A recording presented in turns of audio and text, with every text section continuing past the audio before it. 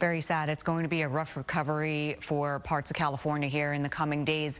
Here at home, a lot of kids enjoying the snow days. Some areas still no winter precipitation, but I'll tell you that is going to change. This is a great father-son moment, building a snowman in Sanger. Thank you so much, Rachel Mullins, for that photo. Now, on our Fox 4 views, you can tell where we haven't had the snow. That shot's in Stephenville. There's nothing on the grass there, but plenty in Lantana, a mix of slushy kind of wet mess in Dallas, and then down near Cedar Creek Lake, temperatures still in the mid-30s, and it's generally been just rainfall there. And we still have a lot of that snow to the north, the kind of wintry mix has been around parts of Denton and Collin counties. A lot of this more snow than anything else. And then you're looking at that wintry mix across Dallas and parts of Tarrant County as well. As you head south, it has definitely been more liquid for a good portion of Ellis County. And then, of course, to the south and as we go southwest, very heavy rain falling. Clifton, Hamilton, Turnersville. So whenever this precipitation really starts to increase in intensity, it can very well lower the temperature just a little bit. So you start to see those very large wet flakes kind of mixed in with the rain and some sleet pellets.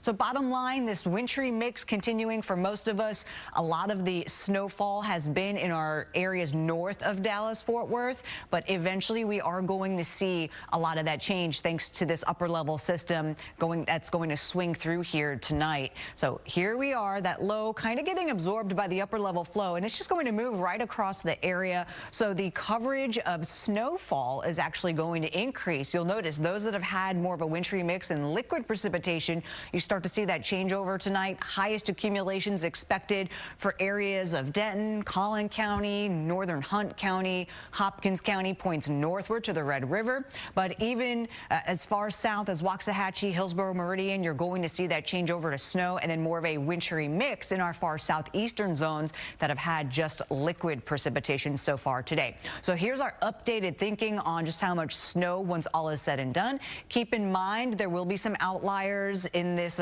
bright pink range, potentially greater than 9 inches of snow. But I think because we've seen in a lot of areas some of that sleet kind of mix in, it becomes packed. So that could impact the official totals once we're all said and done. But across much of the Metroplex, 2 to 4 and 3 to 5 as you head closer to the Collin and Dallas line. Same goes for Denton and Tarrant County line. From Denton and McKinney northward, that's where those highest totals are likely going to be once we get this thing out of here. So when does it get out of here? We still have plenty more on the way going through this evening.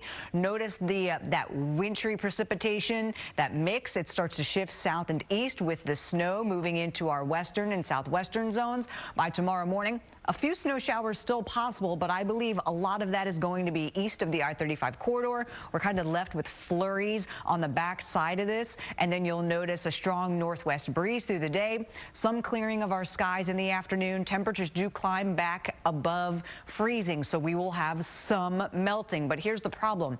You can't melt 5 to 8 inches of snow in a matter of a couple of hours. So things will kind of compact. We'll have a lot of slush out there, and then we refreeze everything overnight into Saturday morning. It is going to be an icy mess on a lot of our roadways Saturday morning. On top of that, some freezing fog potential as well as temperatures drop back down into the frigid 20s. By the afternoon, a south breeze develops and we're back in the 40s, and then we'll finally start to see things really melt. And then I think conditions will be noticeably better for the rest of your weekend. Here's your forewarned 7-day forecast. Coverage tonight nearly 100%. We'll call it 20% early tomorrow morning.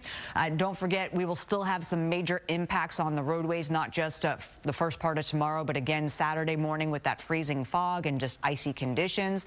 And then from there on, we are drying out and warming up.